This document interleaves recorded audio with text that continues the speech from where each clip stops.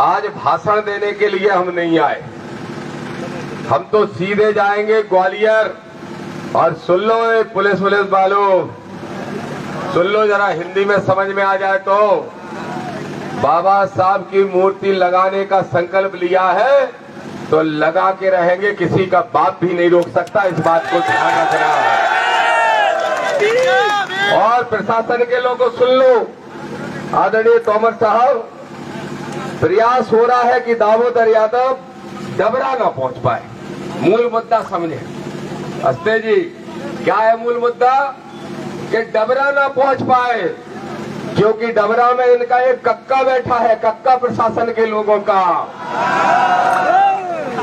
जो नेतागिरी में तो मोहन यादव ने जिसको फेल कर दिया, लेकिन अब नवग्रह मंदिर बना के अपनी धर्म की दुकान चलाने का काम करना चाहता है। और मंदिर की जो जमीन है वो सरकार की जमीन है।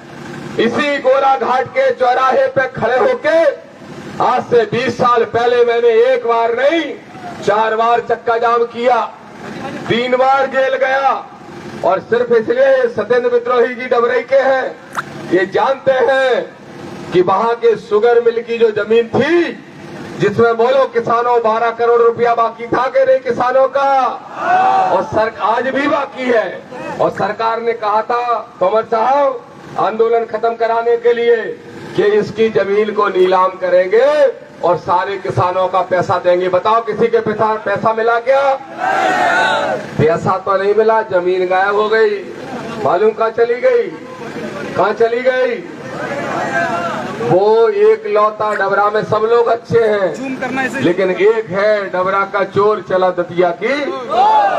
अब दतिया ने लौटा दिया वापस, दुकान हो गई नेतागिरी की बंद।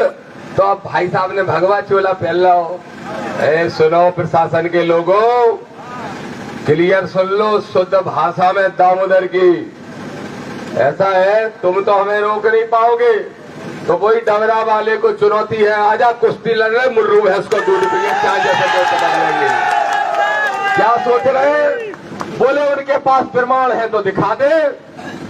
कह रहे मीडिया में, हमने कह दिया हमने प्रमाण तो मीडिया में दिखा दिए, लेकिन अगर तुम्हारे पास प्रमाण है कि तुमने जमीन खरीदी तो तुम दिखा दो, लेकिन रोक नहीं पाओगे हमें।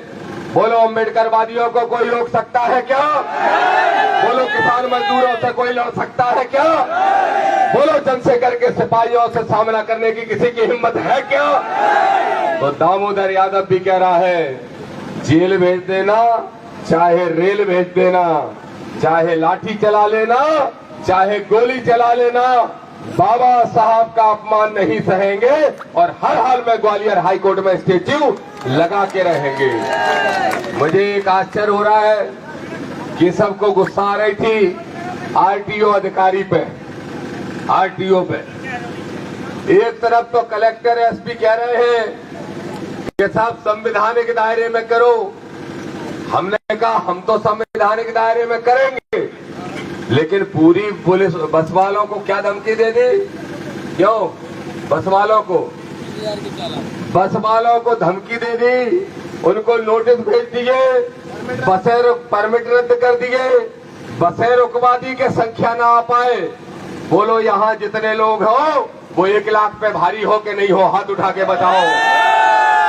तो मेरे भाइयों, मेरे साथियों, मैं भी देख रहा था कि सिकंदरा तरफ से जो लोग आ रहे हैं वो खेतों में चल के आए, कहीं पुलिस खड़ी हो गई।